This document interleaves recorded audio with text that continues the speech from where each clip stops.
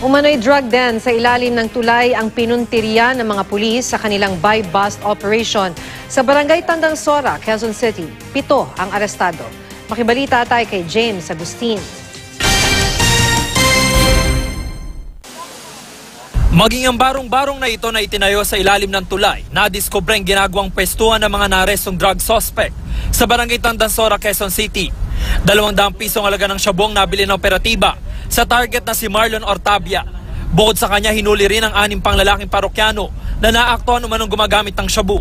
Nakakuha ang 8 sachet ng shabu at mga drug paraphernalia. Itinanggi ni Ortabia na nagbebenta siya ng droga at hindi rin daw niya pinapopwestuhan ng barong-baro. Nakita lang po nila ako sa baba dun. Nag-uwes po ako ng kamay, sir. Nagbebenta po ba kayo ng shabu? Hindi po. Ang iba pang suspect itinanggi rin na gumagamit sila ng droga. Sabi ko kasi, wag yung titikman niya masama. Wag yung titikman niya masama, sabi ko. Tinikman nila. Hindi nga ako gumagamit yung sila nga po. Napag-inuman nga lang kami.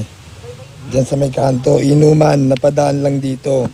Pero andyan lang sa labas, makikisuyo ako dumaan dito dahil siyempre baka banatan ako dahil hindi ko naman makilala yan eh.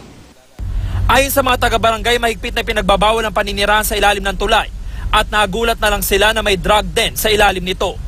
Actually, itong lugar na to, dati nang meron, tapos nahuli na kasi yung dati, nawala na. Ngayon ko lang din ulit nalaman na ginagamit yung ilalim ng tulay. James Agustin, GMA News.